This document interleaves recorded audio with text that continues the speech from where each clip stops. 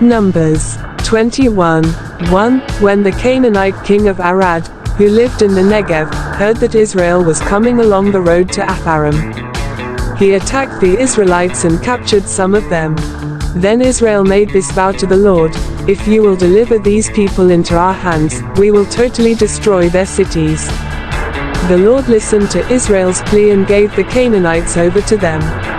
They completely destroyed them and their towns, so the place was named Hormah.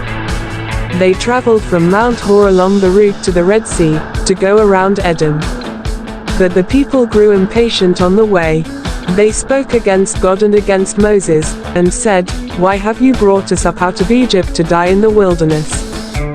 There is no bread, there is no water, and we detest this miserable food." Then the Lord sent venomous snakes among them. They bit the people and many Israelites died. The people came to Moses and said, "We sinned when we spoke against the Lord and against you. Pray that the Lord will take the snakes away from us." So Moses prayed for the people. The Lord said to Moses, "Make a snake and put it up on a pole. Anyone who is bitten can look at it and live." So Moses made a bronze snake and put it up on a pole. Then when anyone was bitten by a snake and looked at the bronze snake, they lived. The Israelites moved on and camped at Oboth. Then they set out from Oboth and camped in Abarim, in the wilderness that faces Moab toward the sunrise. From there they moved on and camped in the Zered Valley. They set out from there and camped alongside the Arnon, which is in the wilderness extending into Amorite territory. The Arnon is the border of Moab, between Moab and the Amorites. That is why the book of the Wars of the Lord says, Zahab in Super and the ravines, the Arnon, and the slopes of the ravines that lead to the settlement of Ar and lie along the border of Moab. From there they continued on to Beer, the well where the Lord said to Moses, "Gather the people together and I will give them water." Then Israel sang this song: "Spring up, O well, sing about it, about the well that the princes dug, that the nobles of the people sank, the nobles with scepters and staffs." Then they went from the wilderness to Matana, from Matana to Nahalil, from Nahalil to Bamoth, and from Bamoth to the valley in Moab where the top of Pisgah overlooks the wasteland. Israel sent messengers to say to Sihon king of the Amorites, "Let us pass through your country. We will not turn aside into any field or vineyard, or drink water from any well.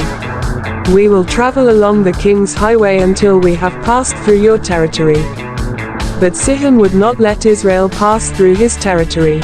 He mustered his entire army and marched out into the wilderness against Israel. When he reached Jahaz, he fought with Israel. Israel, however, put him to the sword and took over his land from the Arnon to the Jabbok, but only as far as the Ammonites, because their border was fortified. Israel captured all the cities of the Amorites and occupied them, including Heshbon and all its surrounding settlements. Heshbon was the city of Sihon king of the Amorites, who had fought against the former king of Moab and had taken from him all his land as far as the Arnon.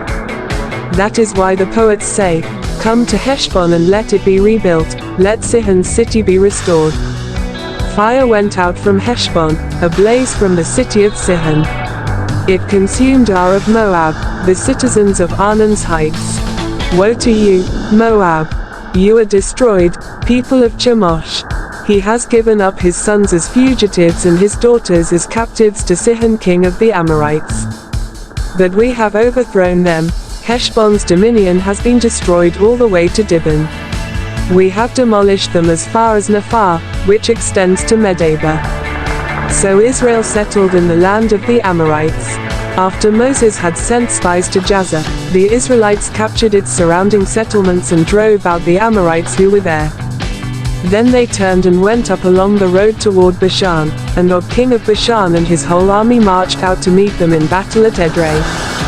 The Lord said to Moses, "Do not be afraid of him, for I have delivered him into your hands, along with his whole army and his land.